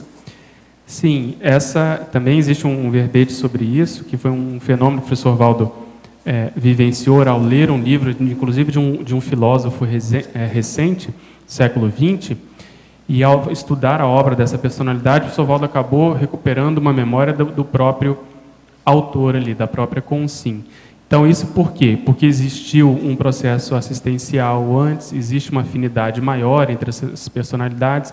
Então, se nós estamos colocando o parapsiquismo nas nossas pesquisas, essa é uma possibilidade, você acabar acessando uma determinada informação que diz respeito a você mesmo, seria uma retrocognição, ou a determinados componentes do seu grupo karma que conviveram com você em determinado momento. E a adredemente planejada é exatamente isso, você fazer isso de caso pensado, e aí tem que ver se vale a pena entrar nessa condição. Minha filha tem 27 anos e nosso relacionamento não é nada bom. Já tentei várias formas de conciliação, mas sem resultado. Percebo uma aversão à minha pessoa, pois mesmo morando juntas, ela evita falar comigo. Agora pedi para ela morar em outro lugar e a revolta foi grande. Estou indo morar com meu noivo e recomeçar uma nova vida. O senhor poderia me orientar como devo proceder com minha filha para ajudá-la? Seria bom você falar com ela e vocês duas ir para conversar com uma psicóloga, uma mulher, que pode orientar as duas. Arranja alguém da cognitiva comportamental que vai ajudar vocês duas. Isso aí é a hora correta da psicóloga. Pensa nisso. Está no ponto, exato. Pedro, aqui no B, na página 5, o número 5, eu queria que você comentasse como que você chegou nesse raciocínio do conviviômetro. O raciocínio foi a partir dessa ideia, hipótese, possibilidade de você ter esses instrumentos ao avaliar determinadas biografias. Então, a gente pode pegar como era a convivência da pessoa e avaliar só isso, ao longo de vários livros, de vários documentos que a gente consiga. Então, tem determinadas personalidades que muitas vezes elas ficaram conhecidas pela obra, pelo processo que elas fizeram, mas que no dia a dia elas também ficaram conhecidas como sendo pessoas boas, pessoas que eram de fácil convívio. Então, a ideia veio a partir disso, para a gente justamente ter um retrato maior daquela personalidade. E essa unidade de medida, não sei se é isso que você está É sobre isso, é o livre-arbítrio, né? Isso. E a inteligência evolutiva. Exatamente. Que quando existem determinadas condições ou situações que a gente já tem mais ou menos assim pré-meditado, a gente já tem uma pré-conceituação de como agir. Por exemplo, principalmente quando nós estamos ou em público, quando nós estamos às vezes dando uma aula, já existe um plot ali, um padrão. Quando você tira essa condição e vai para a intimidade, para o cotidiano, aí o livre-arbítrio ele tende a se expressar mais. A pessoa fica mais à vontade de mostrar como ela realmente é. E é ali que você vê a inteligência evolutiva. Essas unidades todas de medida eu tirei da outra bibliografia do professor Valdo, do Reurbanizado, se não me engano, justamente para não inventar muita moda. Mas ela é muito lógica, por quê? Porque é justamente ao fazer esse emprego espontâneo é que a gente vai ver a real inteligência evolutiva da pessoa, do que, por exemplo, só quando ela está dando uma aula, quando está atendendo lá no caso da medicina. Então tem que ver os dois aspectos, como a gente comentou. Às vezes a pessoa na intimidade ela é intragável, ela tem comportamentos baratrosféricos, né, de consréu. Então nesse sentido, como que é o convívio. Pedro, aqui na página 2, na primeira linha, fatologia, a sopesabilidade evolutiva contextualizada. A intenção aqui, sopesar, é você colocar, né, às vezes até com a própria mão, você fazer saber a medida correta. Então, ao fazer essa análise conscienciométrica, a gente tem que fazer essa contextualização e saber o que nós vamos colocar na balança. Então, levar em consideração o contexto da época, vamos dizer assim, a mundividência que a pessoa tinha, a visão de mundo que ela tinha daquela condição, considerar, por exemplo, o gênero, como a gente falou aí da Maria Montessori. Uma coisa seria um androssoma fazer o que ela fez. Ia ter uma repercussão, às vezes, muito menor. Mas como ela foi a primeira médica, como ela teve toda essa história, como ela bancou e conseguiu ser completista até certo ponto, isso chama mais atenção. Então, na hora que nós vamos fazer a análise, pelo menos eu considero que, como foi mais difícil, teoricamente, ela ganharia mais pontos no conscienciograma em função disso, entende? Então, é você saber fazer esse cotejo considerando a época, considerando se a pessoa estava à frente do seu tempo, se estava na média, aquilo era época, comum. como se apresentava. Exatamente, ou se ela estava até mais atrasada em relação àquele contexto. Tá bom. Pedro. Mais um. Na crescendologia, na segunda linha, você coloca o crescendo resgate biográfico, conscienciometrologia, resgate extrafísico, interassistenciologia. Poderia ampliar? Poderia. A ideia é você, a partir de um estudo aparentemente inocente, você muitas vezes participar desse contexto de um resgate. Às vezes a pessoa pode estar numa condição mais crítica na baratrosfera, que é o caso que a gente deu, ou numa condição, às vezes, não tão crítica, mas distante, mais, vamos dizer assim, aside, e que aquela personalidade faz parte do nosso grupo. Para citar um exemplo, eu lembro muito do caso do Dreyfus, que foi um francês, né, do final do século XIX, teve todo aquele caso envolvendo ele na França, etc., e que o professor Valdo teve a inspiração de começar a estudar sobre o caso Dreyfus, sobre aquela personalidade, e posteriormente ele apareceu e acabou sendo encaminhado para o curso intermissivo.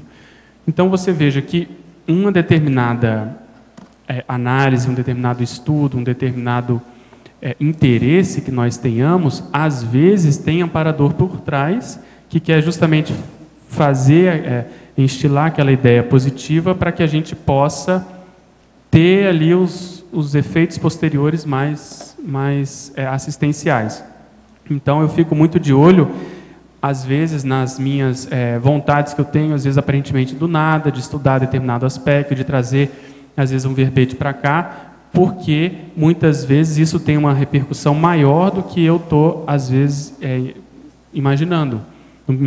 Na minha primeira análise, é uma análise com um nível de cosmovisão muito pequeno. Mas hoje, em função desses parafatos que acontecem com todos nós aqui, a gente debate na tertúlia, a gente começa a tentar ampliar essas repercussões, sempre tendo o limite ali da autocrítica, mas eu já tive algumas vivências e que isso se corroborou, entende? Então, você acaba tendo mais cognição para poder fazer mais assistência, porque você aí estabelece um rapport maior, entende? Com consins e com consciex. Então, foi nesse sentido da gente ficar mais atento àquele aparente resgate de um termo, resgate de uma palavra, de uma frase, ou uma lembrança que a gente faça de uma determinada personalidade aqui, às vezes aquilo vai estar repercutindo positivamente sobre ela. Às vezes ela pode estar até aqui extrafisicamente, ou os amparadores aí já têm algum motivo para ajudar a trazê-la para ser atendida, ou ela mesma já é um amparador e vai nos ajudar, e assim por diante. Então, foi só para fazer essa correlação entre as evocações, né, as possibilidades da nossa evocação. Pedro, aqui do lado.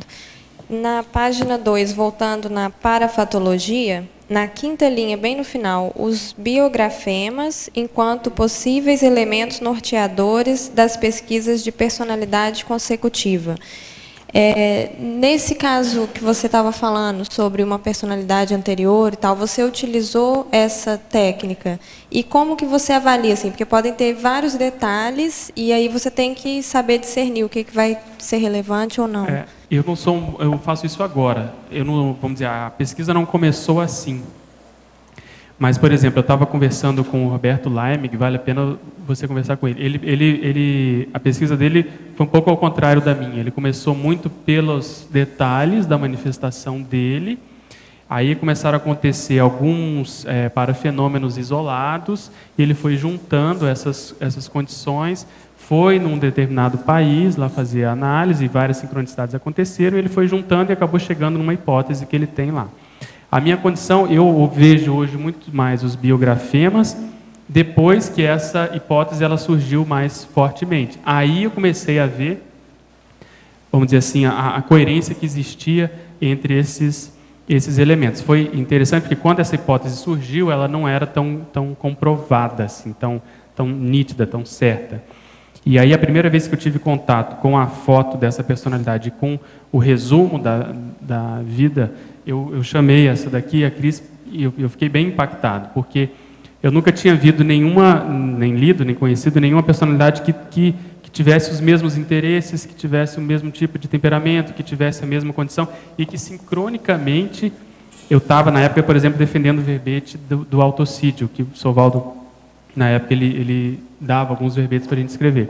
E essa personalidade tem um trabalho sobre isso também, foi na mesma época. Então, concorreram várias sincronicidades que aquilo se impunha de um modo tão forte que não tinha como correr. Mas a primeira reação é você também negar, porque é tão óbvio que você fala, não, é muito lógico para ser, e aí você fica num certo conflito até certo ponto.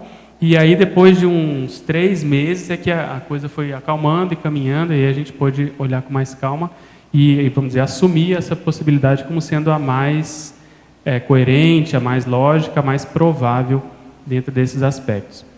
Então, o que eu quis chamar a atenção aqui é que se há, na manifestação de uma biografia que a pessoa leia, ou tenha alguma afinidade com a personalidade, algum detalhe daquela manifestação que é muito próximo ao dela, isso às vezes tem que ser valorizado mais do que outras condições, às vezes superficiais.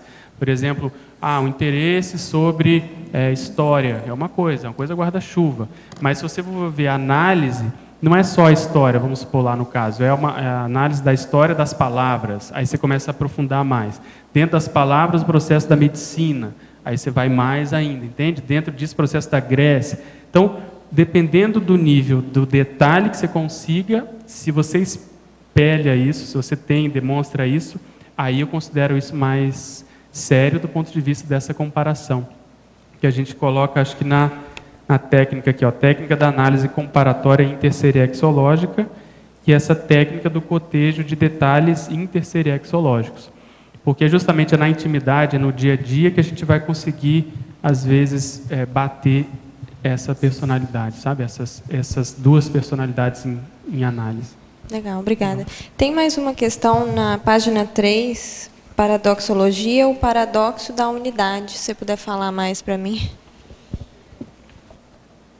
O paradoxo da unidade é uma novidade que eu vou falar, é um verbete também, que ele diz o quê? E é muito bem o que expressa muito bem o que a gente quis trazer aqui com biografema.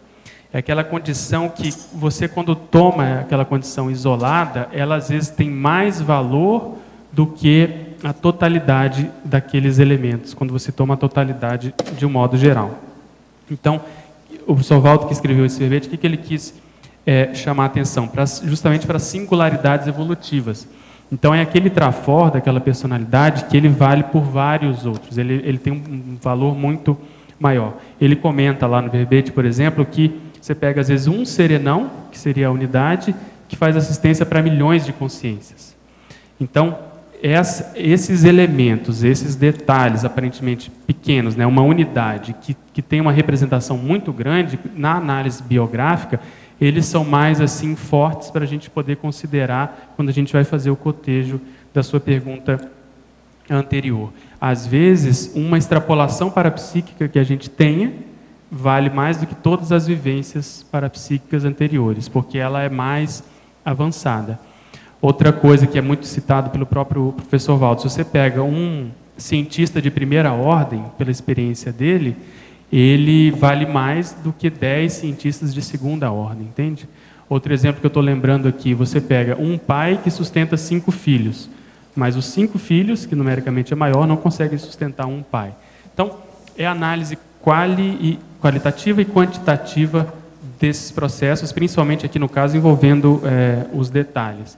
Então, nessas análises, eu estou lembrando aqui também que nessas análises de série X, a técnica básica que se usa, o próprio professor Valdo comenta muito, é você fazer o cotejo de pelo menos 100 aspectos que batam entre uma e outra. Só que na prática, às vezes, você vai ver que determinados detalhes, eles não podem ter o mesmo peso, porque justamente são esses mais sérios, esses mais fortes, aqueles que dizem muito da própria personalidade, entende? Então, às vezes, só aquilo já diz muito, já praticamente fecha em função de todo o contexto. Aquilo lá é como se fosse o elemento que desempata. Ele coloca a pesquisa lá na frente, sabe? Então, ele teria um peso maior, ele ganharia um peso, sei lá, ao quadrado, aí depende de cada caso. Pedro, aqui na página 6... Pois não. No item Cosmovisão, você pode comentar o termo coxia evolutiva e também a última frase? Bem no finalzinho, quando está acabativa. A gente coloca o seguinte: daí ser mais cosmoético, pautar as análises conscienciométricas nas abordagens holossomáticas, multidimensionais e seriexológicas próprias da coxia evolutiva, visando aumentar a cosmovisão e diminuir os apriorismos nas conclusões quanto às heterocríticas biografológicas alheias. Então, coxia é uma metáfora do processo do teatro, né? São os bastidores, aquilo que você tem a informação privilegiada e você, a partir dela, você consegue ter uma visão de conjunto maior daquele assunto, daquela análise, daquela pesquisa que se está fazendo. Então, por isso, a última frase, mini heterocríticas requerem mega autocriticidade, porque na hora que você vai estabelecer um diagnóstico, né, na hora que você vai tecer um comentário, um posicionamento, é preciso que a gente esteja muito seguro de como foi feita essa análise, e quanto mais variáveis, melhor, e que, na realidade, a gente tem que se colocar naquele papel, porque, às vezes, dependendo do temperamento, naquele contexto do passado, às vezes a pessoa ela também responderia daquele jeito, ou às vezes até pior do que aquela personalidade que está sendo analisada. Então, ao fazer esse espelhamento, eu vejo que a gente ganha muito, inclusive hoje, ao fazer essa análise. Porque é muito fácil meter o pau de fora, distante, né? E, vamos dizer assim, conhecendo o que a gente conhece hoje. Mas na hora do vamos ver, nem sempre é tão simples assim. Então, eu quis fazer esse contraponto entre o processo de heterocrítica. Você fazer uma heterocrítica, às vezes, pequena, requer muita autocrítica. Obrigada. Pedro, aqui no B. Pois não. Binomiologia, na página 3, na segunda linha, o binômio identidades grupocármicas, incompatibilidades intraconscienciais. Você podia explicar? Sim, isso aí é o contraponto daquilo que a gente estava comentando. Às vezes a gente tem afinidade com determinado grupo, determinado tema, determinadas personalidades, mas quando você vai fazer esse cotejo, você vê que tem essa incompatibilidade intraconsciencial. Então não tem como você ter sido aquela personalidade em função desses detalhes, em função dos interesses, entendeu? Em função desses biografemas. Então pode ser que você faça parte daquele contexto, daquele grupo, mas não ser aquela personalidade em si. Então isso também acaba acontecendo e vale a pena ter isso em mente para a gente não forçar a barra, né? Porque às vezes, em função de algumas afinidades que começam a acontecer, a tendência da pessoa é se apressar e acabar querendo concluir como sendo aquela personalidade. Então acho que tem que ter mais dados para a pessoa poder chegar a um veredicto, e se tem algo do temperamento que é muito contra, aí a tendência dela realmente não ser aquela pessoa. E na página 2, na fatologia, na antepenúltima linha, tem a anti-estigmatização proporcionada pelas investigações cosmoéticas do biografema. Sim, essa anti-estigmatização que a gente quis chamar a atenção aqui é para o processo do registro histórico, principalmente. Então, como que aquela personalidade ficou conhecida pela história?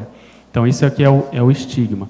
Quando você analisa os detalhes da manifestação, como eles são múltiplos, né, variados, bem assim divergentes e diversificados, você começa a fazer essa desestigmatização. É o caso dos filósofos.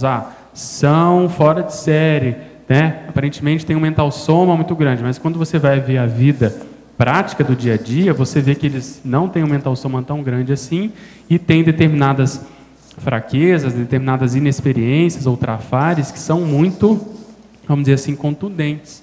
Então você acaba desmitificando, tendo essas personalidades numa conta um pouco mais próxima, né, da realidade, do que simplesmente ficar endeusando porque eles ficaram registrados na história. Isso é uma coisa interessante que vale a pena nessas pesquisas, inclusive de retrocognição, é porque há uma tendência, quando se começa, de olhar para essas personalidades que ficaram registradas como sendo personalidades muito fora de série, sabe? Assim, que gênios da humanidade, que furaram a boca do balão, e na hora que você vai entrar na intimidade, você vê que tem coisas bem críticas, bem difíceis e muitas vezes baratrosféricas. Então, aí vem a contraparte também do curso intermissivo, da responsabilidade de se saber isso e de se tentar levar tudo de jeito que essa experiência, essa cognição vale realmente muito mais do que esse povo todo do passado, apesar de tudo que eles fizeram, né? Em Teoriologia, página 2, terceira linha, poderia abordar a teoria do infiltrado cosmoético? Pretendo me infiltrar cosmoeticamente no contexto futebolístico como dirigente após meus 47 anos de idade. Sai dessa. É sobre infiltração, mas o problema é com você. Não tem nada a ver comigo. Olha, a questão a teoria do infiltrado cosmoético, existe um verbete da enciclopédia, existe o verbete de hoje do dicionário, que está aprofundando essa ideia, e no meu próprio verbete também a gente cita essa condição aparentemente paradoxal. Então você tem muitos elementos para, vamos dizer assim, entender e compreender essa ideia. A única ponderação que eu te faria é que o infiltrado cosmoético, a infiltração, ela não combina, ela só rima, mas ela não combina com a autocorrupção. Então, infiltração e autocorrupção são diferentes. Então, você tem que ter uma autocrítica muito grande para saber por que você vai se infiltrar nesse holopensene, qual é o seu objetivo e o que você espera depois que você terminar esse período de infiltração. Qual vai ser o resultado esperado? Você vai ter querido melhorar em que o holopensene futebolístico? Você acha que eles não vão conseguir te engolir? Então, quais são os seus objetivos? Se você tem isso bem claro, a proposta você sente que tem amparo e você acha que você vai contribuir, vai fundo, mas só faço essa lembrança de que muitas vezes eu já vi personalidades que muitas vezes, por exemplo, não querem assumir a conscienciologia e se dizem infiltrado na SOCIM, mas não fazem nada, não falam nada, não fazem tares e simplesmente falam que isso é uma infiltração ad infinitum e a pessoa simplesmente não está em cima do muro e não quer assumir a própria conscienciologia. Nosso amigo só tem 28 anos, tem 19 anos pela frente ainda. Tem muita coisa. Eu acho que tem que esperar. Tenho observado que quando estou junto a multidões com baixos valores morais, sinto minhas energias se esgotarem rapidamente. Observo também que, ao ler obras, em especial de autores de forte personalidade, minha fisionomia facial muda momentaneamente e sinto a inclinação da personalidade deste. Tenho a sensação corporal e mental da maioria das pessoas que se aproximam de mim. Sei que sou ectoplasta. Todos esses fenômenos estão ligados a isso ou haveria alguma consideração a se fazer? Pode falar também.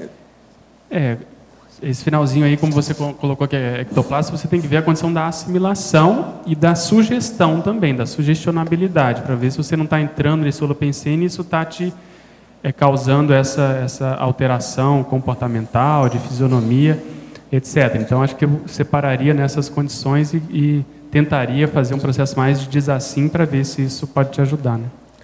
Fazendo um cotejo entre o verbete biografema, página 6, o item ortodisfarce, e o verbete do dicionário infiltraciologia, pergunta: o tenepsista ou o ofexista não atuam também como infiltrado cosmoético nos vários campos interdimensionais ocasionados por essas duas práticas? Sem dúvida. A ideia é essa, a pessoa ir se tornando uma mini central, né, intrafísica, uma central intrafísica de desassédio onde quer que ela vá. Aqui, no caso, a gente chamou atenção mais para aquelas tarefas, como foi o caso aí da pergunta anterior, que a pessoa faz de caso pensado. Ele vai entrar no holopensene do futebol, ser um diretor, né, dirigir ali um contexto do futebol para tentar melhorar aquele padrão. E se ele fizer TENEP, se ele for fixista, melhor ainda, ele vai se sentir mais autoconfiante. Mas, sem dúvida, também tem relação, sim. Tenho 39 anos e estou no 3º mês de gravidez. Porém, minha gravidez é considerada de risco, pois estou usando o DIU de cobre, localizado muito próximo ao saco gestacional, impossibilitando a remoção do mesmo. É minha 2ª gravidez usando o DIU. Na primeira foi possível removê-lo. Poderia comentar o caso sob a ótica da conscienciologia e da medicina? Isso às vezes acontece, é raríssimo, principalmente, né, cair, vamos supor, 2 raios no mesmo local, assim, você ter a mesma vivência 2 vezes. O que se indica é que não se remova esse DIU, porque se remover o saco gestacional vai sair junto. Já vai nascendo espetada, é isso? Já vai nascer com a cruz próxima a ela.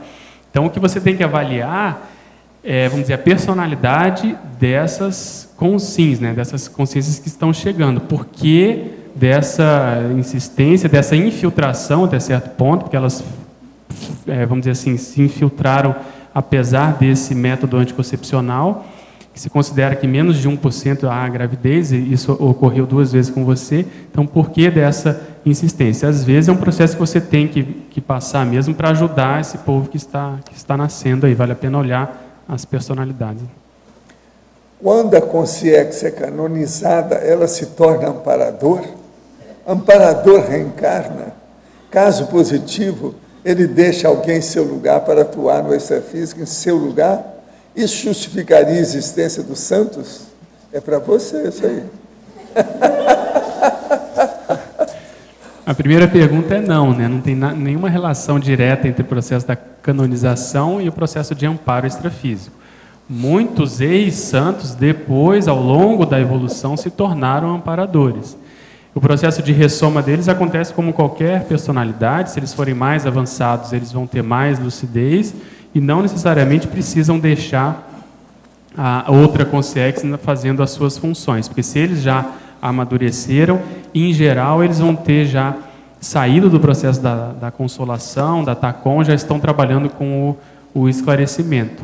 Então, não existe, pelo contrário, muitas vezes o processo religioso, ele tende a trabalhar mais com guias cegos, com personalidades que a gente até cita nessa listagem, que ainda estão muito voltadas para a egolatria, quer dizer, cavam essa condição, cavam a vitimização, a martirização, para depois serem colocadas na cruz, virarem santos, serem tidas como cânones de algum aspecto específico. Então, em geral, é um processo mais inverso, mas nada impede que ao longo da evolução elas se tornem consciências amparadoras, inclusive desse grupo religioso que muitas vezes foi quem as teve como as consegues mais evoluídas e assim por diante.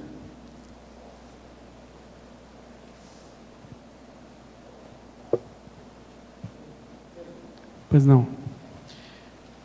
Eu tenho uma curiosidade em relação a... Existe algum estudo sobre biografemas e as nacionalidades ou as culturas? Se existe... Cada cultura tem uma vertente de biografemas em comum ou alguma característica? Eu não conheço.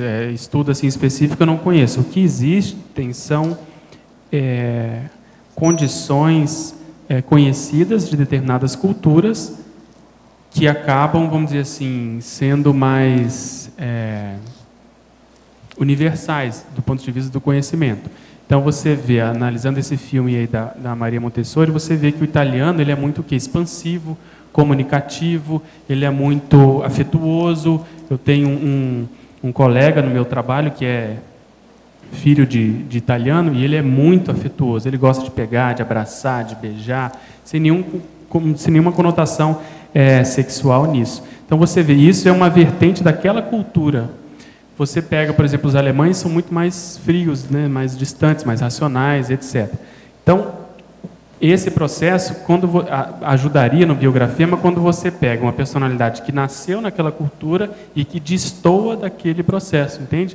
Tudo levaria a crer, ou a gente a pensar que ela se manifestaria daquele jeito, em função da influência do meio, e ela começa a manifestar determinados traços que são uma antipodia, que são um contraponto àquela condição. Então, da onde que veio aquilo, se a educação da pessoa foi toda naquela linha, entendeu? Então, às vezes, é em função de uma experiência passada muito forte, que se fixou e que ela acabou imprimindo naquela cultura. Obrigado. Eu tenho uma segunda pergunta. Semelhantemente, será que haveria uma evolução, ou seja, uma mudança ao longo do tempo da história dos biografemas? Em geral, sim. Qualitativamente, sim. Se você pega a mesma personalidade, a tendência é ela ir qualificando esses detalhes da própria manifestação. Então, só para citar um exemplo, a pessoa, o professor Valdo cita a pessoa, vamos supor que já não pisa mais na grama, que já não anda mais de cavalo, que já não aceita determinadas condições. Então, se você avalia ao longo da evolução, você vê que a tendência é a gente se tornando mais cosmoético, isso vai chamando mais a nossa atenção. Obrigado. Entendeu? Então, isso realmente faz pensar, porque às vezes é um detalhe, né? Aquilo às vezes não ficou nem tão registrado assim, mas que quando você encontra, ele é muito significativo do nível de cosmoética daquela personalidade. Pedro, aqui na página 4, no detalhismo, o item 27, memoricídio. Sim, eu quis chamar a atenção aqui nas biografias, algumas personalidades ajudaram o processo de memória, né, do patrimônio cultural, historiográfico, etc., e outras deixaram a desejar nesse sentido, porque queimaram livros, não tiveram tanto cuidado com esse processo. Então, essa expressão memoricídio, ela aparece pela primeira vez, é o que a gente sabe, no livro do Baez, né? A História Universal da Queima de Livros, se não me engano, da destruição dos livros. Então, isso chama atenção, inclusive o caso dele é um caso interessante, porque ele, pouco a pouco, ele foi se especializando nessa condição de defesa do patrimônio cultural, já tem 2 livros sobre esse assunto, e aí a gente questiona o porquê disso, né? Por que, apesar de, vamos dizer, de toda a história que ele tem, da profissão que ele tem, que é numa outra área, ele acabou se interessando sobre isso, se não me engano, da ONU, né, da Unesco, consultor da Unesco, e através principalmente do autodidatismo, hoje ele já tem mais essa linha mesmo, essa profissão. Mas você veja que o processo paragenético deve ser muito forte nesse caso, para imprimir e motivar ele a fazer, escrever e justamente defender. Ele dá aula no mundo inteiro sobre isso, né, dá palestras sobre essa temática, e quando a gente vai avaliar a história, a gente se questiona, será que num passado mais remoto ou mais próximo, ele deve ter estado do outro lado? Ele deve ser uma pessoa que às vezes não ajudou muito, até destruiu determinadas relíquias, patrimônios, determinados documentos, a ficha caiu e ele agora quer saldar essa dívida fazendo esse trabalho. Então, poder fazer esse raciocínio, às vezes, faz com que a gente entre naquele palimpsesto paragenético que a gente comentou. Às vezes você consegue entrar um pouco, ou pelo menos especular um pouco sobre a holobiografia daquela personalidade, né? Esses casos assim muito chamativos, muito fora do padrão, que não é comum, não é uma profissão, né, que a gente analise todo dia, e com essa expressão internacional, chama atenção e faz a gente pensar nesse sentido de poder fazer essas especulações, né? Pedro, aqui no ar... Só um pouquinho, Laura. Usando ele como cobaia, dá também para pesquisar outro assunto, é a questão da nacionalidade. Ele é venezuelano, mas ele morou durante muito tempo na Espanha. Ele morou muito tempo na Catalunha. E agora ele está já morando nos países árabes, acho que há 2 anos. Então você vê na questão geográfica dele também. O que tem isso a ver com o passado dele, né? É outro ponto que pode ser pesquisado e analisado, né?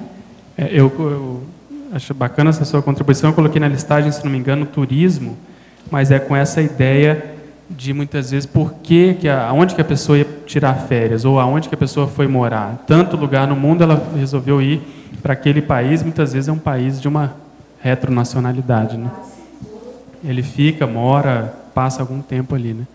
Mas alguém ia comentar? Aqui Diga, na parafatologia, na página 2, parafatologia, 4ª linha de baixo para cima. A relação grupo kármica entre biógrafo, biografado e amparador de função. A gente comentou um pouco sobre essa condição que a gente quis chamar a atenção, é que essas aparentes sincronicidades da pessoa, por exemplo, desenvolver uma pesquisa mais aprofundada sobre uma outra personalidade, se isso veio a cabo, se a pessoa conseguiu publicar uma obra daquele assunto, a gente parte do pressuposto que existe um vínculo maior grupocármico do passado entre essas personalidades, incluindo o próprio amparador, que foi quem ajudou a concretizar aquela condição, né? No caso aqui a gente deu o exemplo do professor Alexandre Nonato. Qual será o nível de envolvimento grupocármico que ele tem com o processo de Brasília, JK e assim sucessivamente. Então, todas essas pesquisas, a gente tem que levar isso sempre em consideração para a pessoa saber conscientemente aonde que ela está entrando, né? Obrigada. Agora, uma pergunta para o professor Valdo. Nesse verbete infiltraciologia, essa interassistenciologia, esses itens aqui o senhor usou assim, qual critério para escolher esses itens? Relacionados à PROEX, são os principais? São as áreas? Qual que é que você está procurando? Página 1, interassistenciologia. Eis, por exemplo, na ordem alfanumérica, 7 categorias de manifestações interassistenciais. Sim. O que a gente procurou aí é aquilo que pode ficar mais explícito, mais claro. O que você não entendeu? Esses itens, se o senhor pudesse, por exemplo, falar sobre a importância deles, né? Veja bem. Veja bem o que eu falo. Eis, por exemplo, na ordem alfanumérica, 7 categorias de manifestações interassistenciais da consciência infiltrada quando cosmoética. Atividades coadjutoras, camuflagens assistenciais, evolutivas, multiformes e sadias do infiltrado subreptício, homem ou mulher. Isso aí, às vezes, é o único jeito da pessoa trabalhar. Devido o quê? Devido os usos e costumes, que são muito difíceis nas culturas. Você tem que entrar por baixo e começar a infiltrar a situação, não tem jeito. Consecuções maxproexológicas ou periféricas extensas. Extra-assistências das extra-proex, quer dizer, uma proex a mais, um pedaço dela.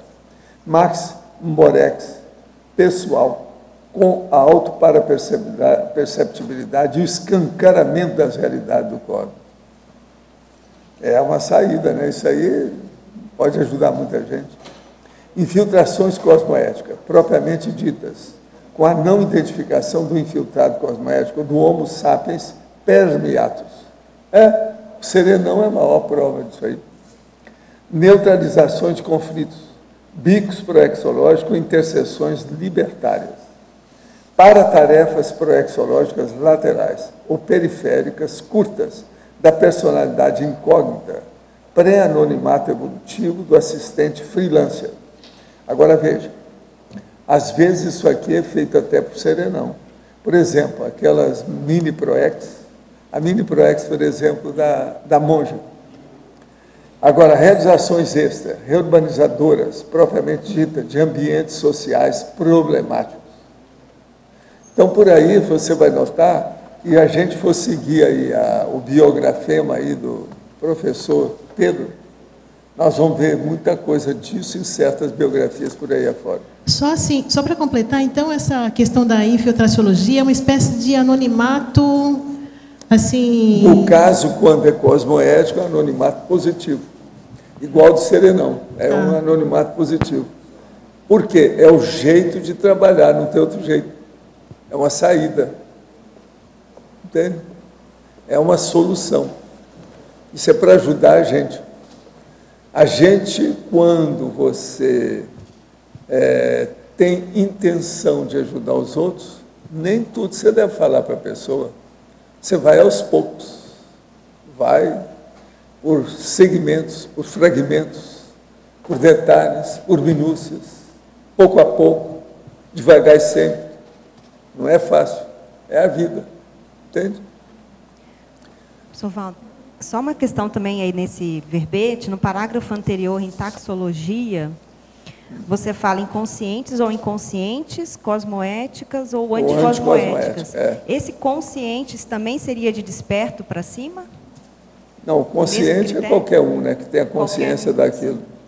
Tem gente que às vezes fica infiltrado, que ninguém mandou que ele ficasse, ele resolveu fazer. Isso é que na vida dele, no cotidiano. Ele resolveu fazer para ajudar. Isso é consciente. Tá certo? Agora, Pedro, nós esperamos, então, mais 500 verbetes da sua parte. Você já tem 35, né? Para 500 não falta tanto, né? Os nossos comerciais... Obrigada. As pontuações da tertúlia de hoje foram 52 assinaturas no livro de presença, 23 perguntas presenciais e 22 perguntas respondidas online. Hoje temos 5 recados. Marta, segundo simpósio de proexologia, Guilherme, acoplamentário, Ivone, terceiro encontro sobre longevidade, Eduardo, higiene consciencial e Sandra, curso Fundamentos da Conviviologia. Boa tarde a todos. Nós queremos lembrar a importância da sua participação no 2º simpósio de proexologia, que está agendado para os dias 20 e 21 de outubro, aqui em Foz do Iguaçu. São 16 apresentações, são temas diferentes relacionados à programação existencial, ProEx, e você poderá debater com os participantes, com os apresentadores, com os palestrantes. Então, é uma atividade muito rica, visando a ampliação do desenvolvimento da proexologia.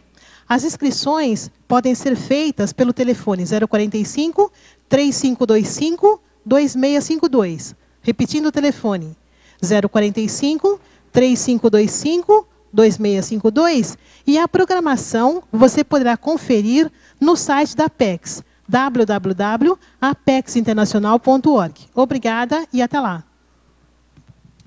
Bem, boa tarde a todos. O próximo acoplamentário vai ser com a temática intermissivista e vai ocorrer nos dias 19, 20 e 21 de outubro. Os EPICOM serão Leonardo Firmato, Mário Oliveira e Luiz Gonçalves. Então, os interessados sobre a temática intermissivista, favor entrar em contato com o CAEC pelo telefone 45 3525 2652. Obrigado.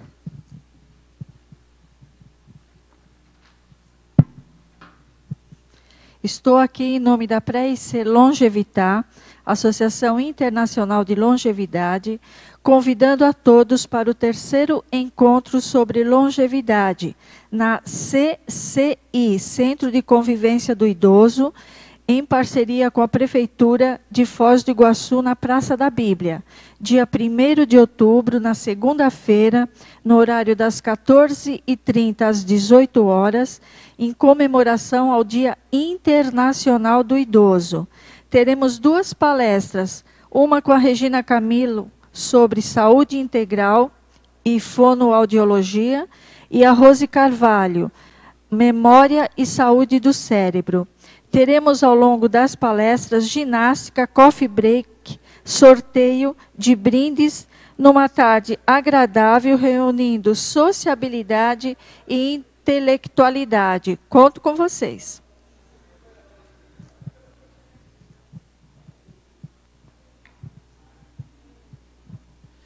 Boa tarde a todos. O CAEC convida para o curso Higiene Consciencial, do dia 5 a 7 de outubro agora de 2012, aqui no CAEC.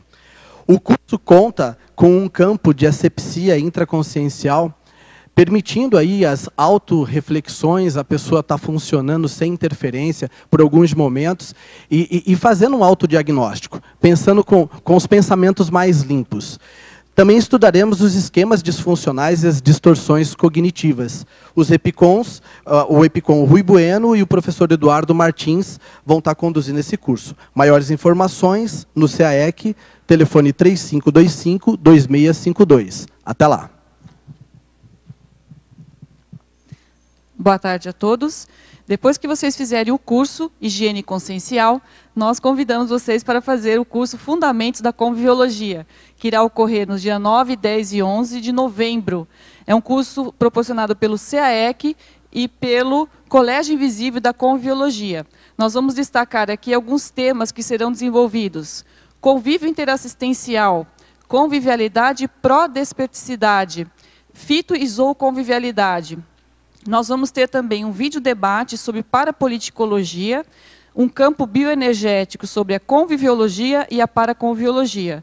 Os professores EPICONs Mabel Teles e Moacir Gonçalves é que vão trabalhar nesse campo. A professora Marina Tomás é que irá dar a aula inaugural Convívio Interassistencial, dentre outros professores. Então, quem tiver interesse pode fazer a sua inscrição pelo telefone 45 3525 2652. Obrigada.